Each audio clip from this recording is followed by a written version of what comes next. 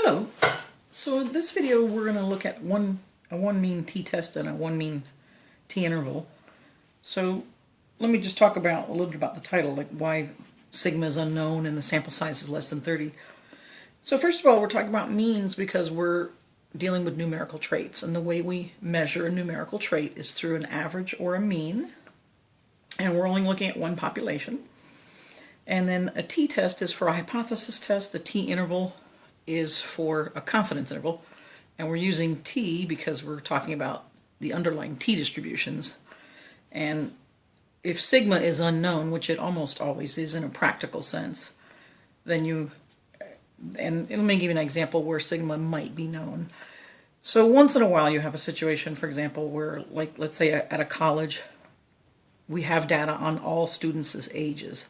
So we could actually find the average age of all students, and therefore also the standard deviation of the entire population of ages for students. But that's so uncommon. You rarely know sigma. And then a lot of times your sample sizes are not that large. So this is the technique that our author just rolls right into because of the practicality of how things really work. You know, normally you just don't know this stuff. So these are the typical kind of problems you're going to run into. So in this example, we have a company that promises that if you use their super duper 5-iron golf club, you're going to be able to hit a golf ball an average of more than 200 yards. And you decide to test this promise by randomly selecting different brands of golf balls, and of course hitting them with your super duper 5-iron. And here's what you get. These are the number of yards that the golf balls travel, and you wonder if the super duper iron performs as well as promised.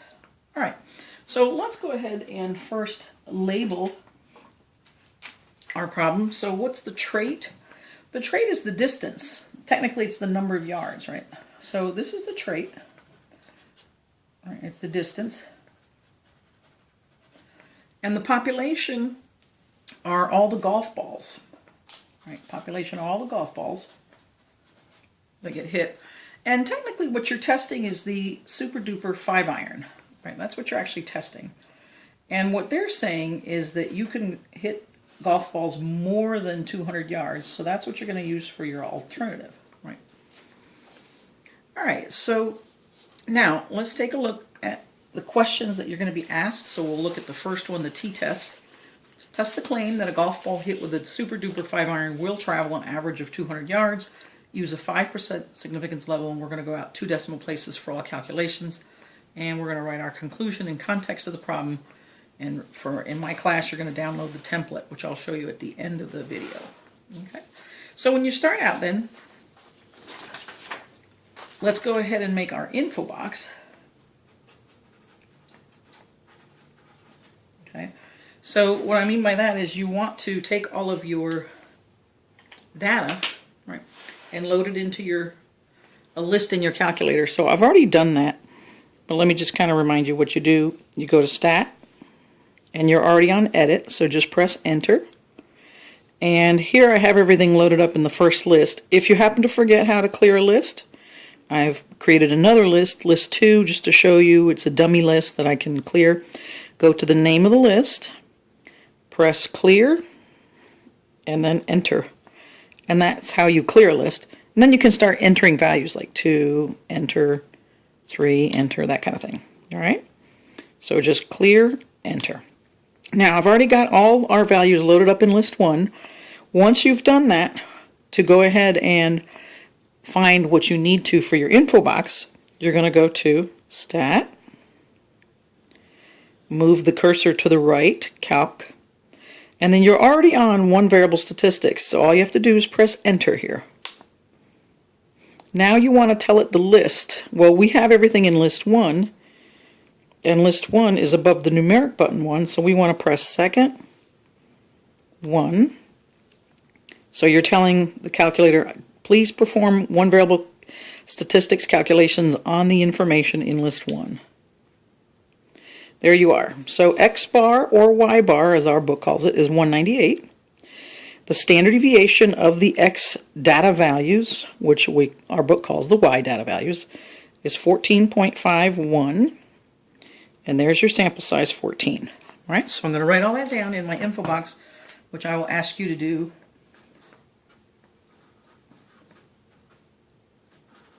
in part of your problem here. So standard deviation is 14.51, n is 14. Now that's really what we need. That's the basics. Everything else we can derive from that. Okay?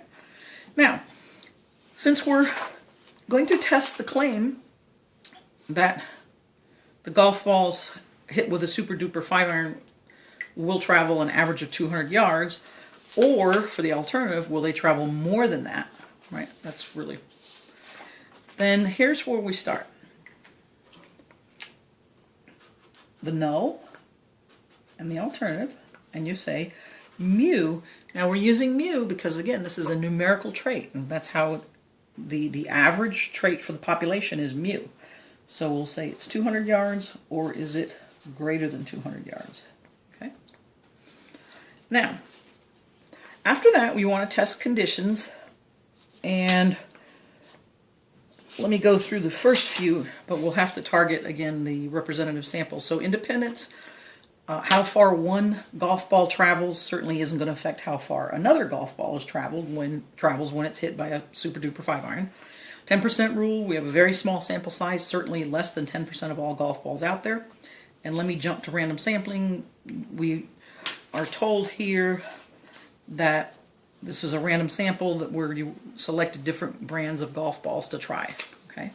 Now, representative sample, we need to see, is our sample, because it's small, because it's less than 30, right?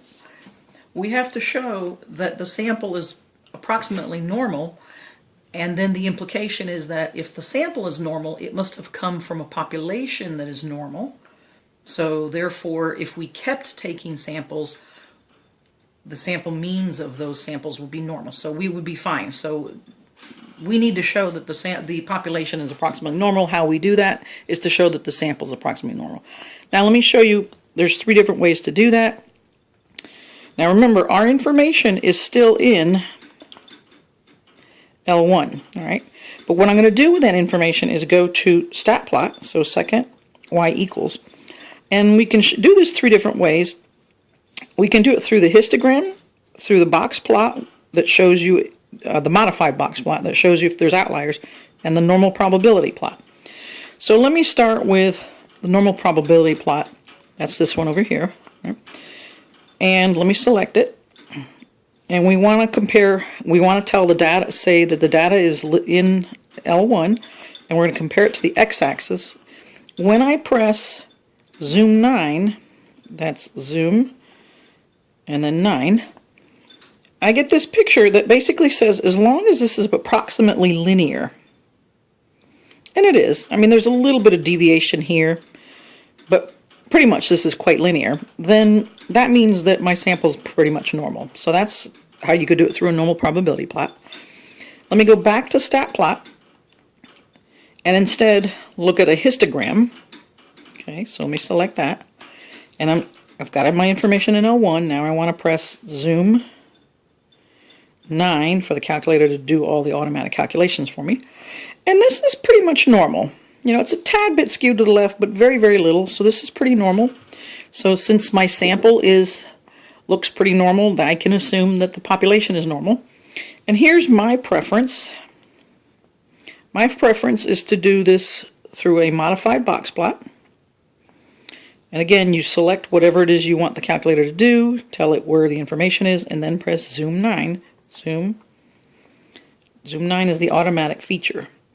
Now again, you can see that this is a little bit skewed to the left because the distance from here to the median is a little bit longer from the median to the extreme value here. But that's okay, there's no outliers. That looks actually really good, relatively symmetric.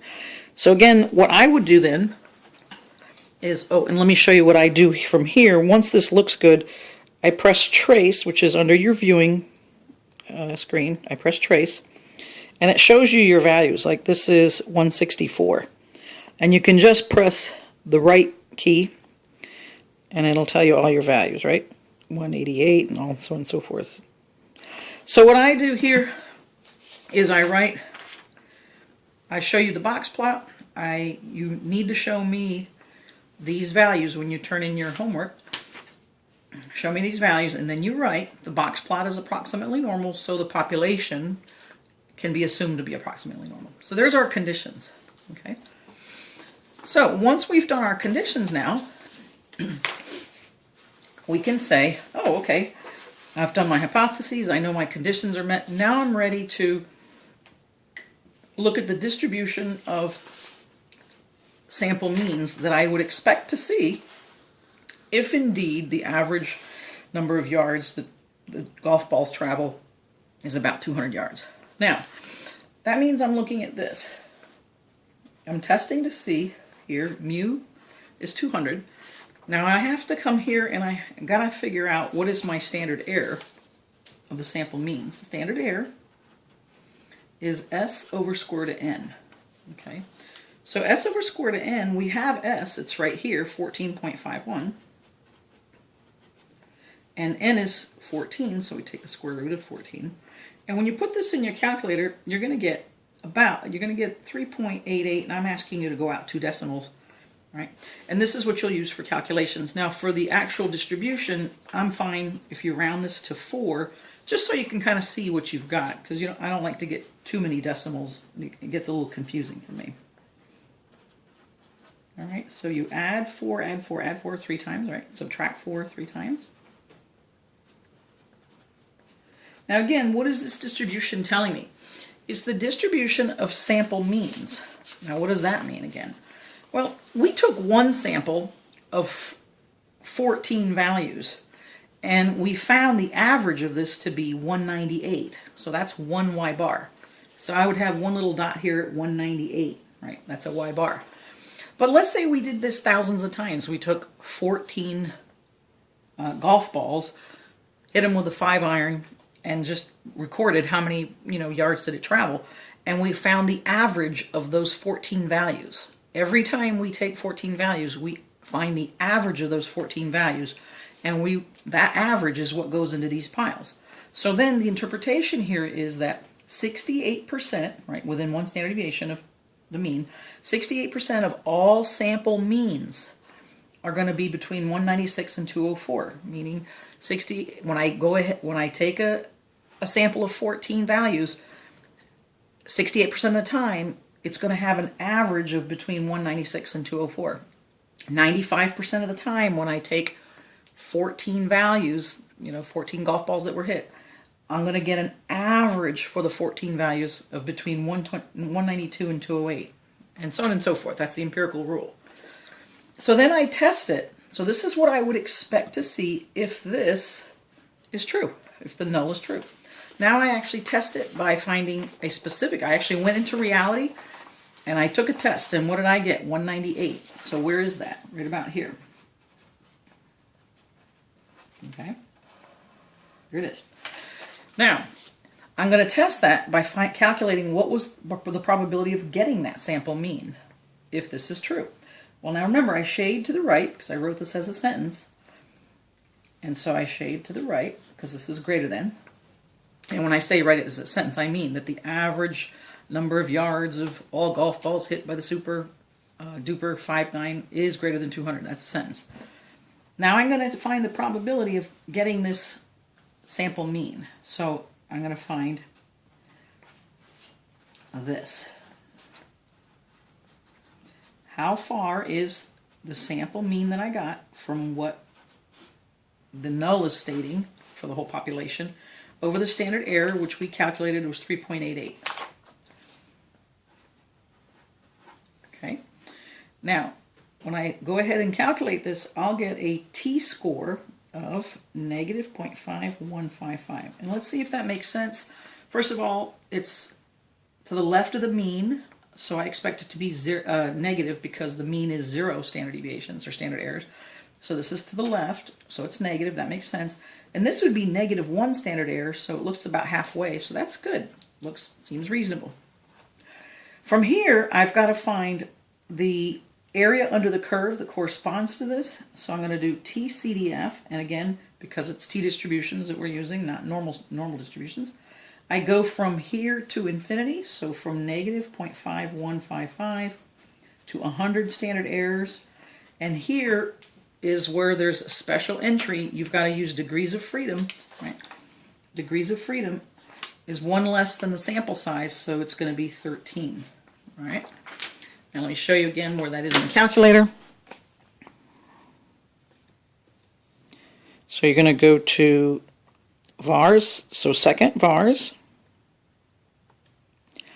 And here we are, TCDF, so I'm going to go down to that. And then you're going to put in your values, negative 0.5155, comma 100, comma 13. Sorry, let me get that little in focus, there you go. And I get 0.692571, blah, blah, blah. So we'll say 69%. All right, so that's 69%. That's your p-value. All right. Now, let me get that a little bit cleaner. I'm going to compare the p-value to significance level. They gave us a significance level of 5%. Let's see this here somewhere. 5%. So we have 69% is obviously way greater than 5%. So what that means is we're trying to find out how well did our model or our null predict the sample that we got. Well, it predicted it extremely well. Look at the chances of getting that sample. It was enormous. So is this a good model? Yes. So could the model be true? Yes. So what's not likely? The alternative, right? So I do not reject my null.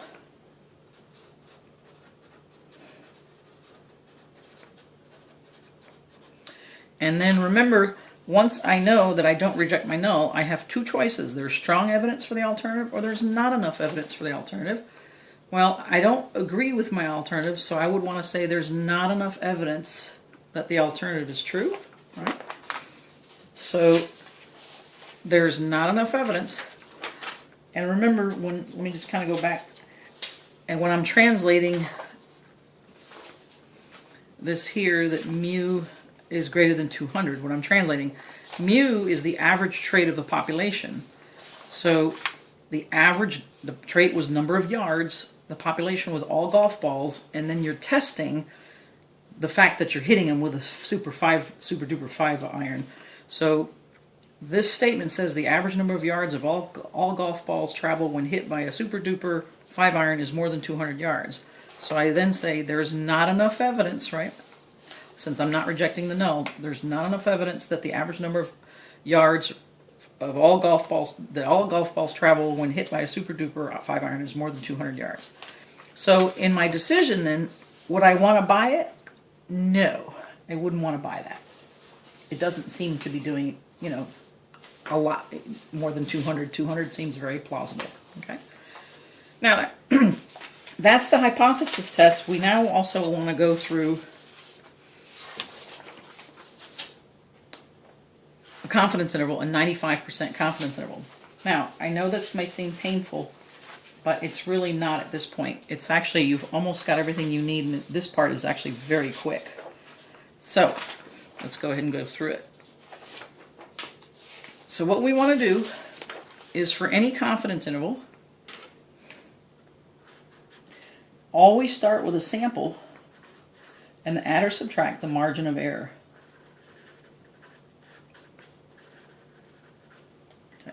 Now your margin of error is some multiplier times the standard error. All right.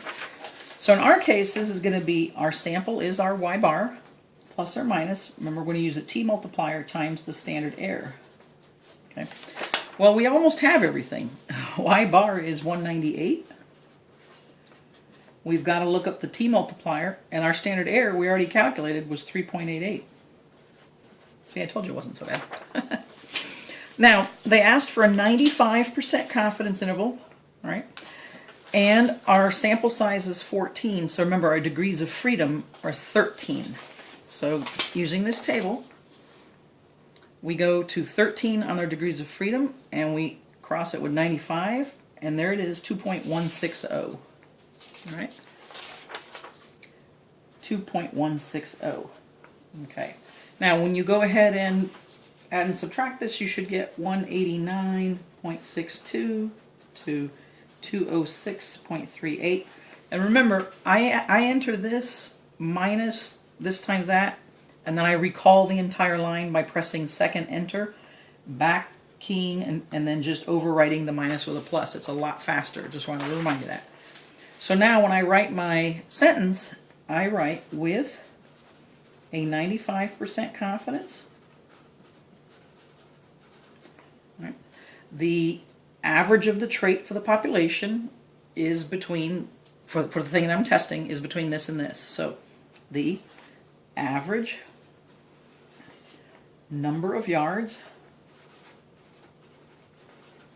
so the average of the trait for the population for all golf balls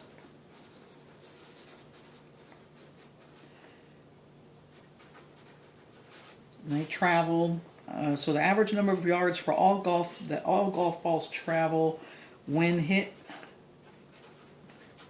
by a super duper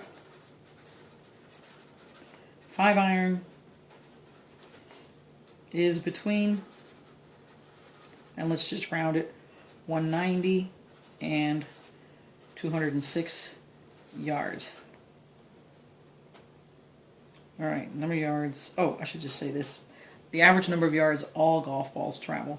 Now, normally I have my, this is what I need for you all to do. If you make a mistake, please make sure you do this, right? Because I told you I'm not grading anything with scratched out marks. There we go. So with a 95% confidence, the average number of yards all golf balls travel when hit by a super duper 5-iron is between 190 and 206 yards. So when you hand in your work, here's what it'll look like. You'll have downloaded this template, right? And you'll fill it in just like we just did. I just did it very large so you could read it and see it on the video. All right, there's your second page. Tell me your decision. And then give me another clean page where you just label it a title, confidence interval. Give me your calculations. You saw how fast it is. Give me your sentence. And that's it. Thanks so much for listening.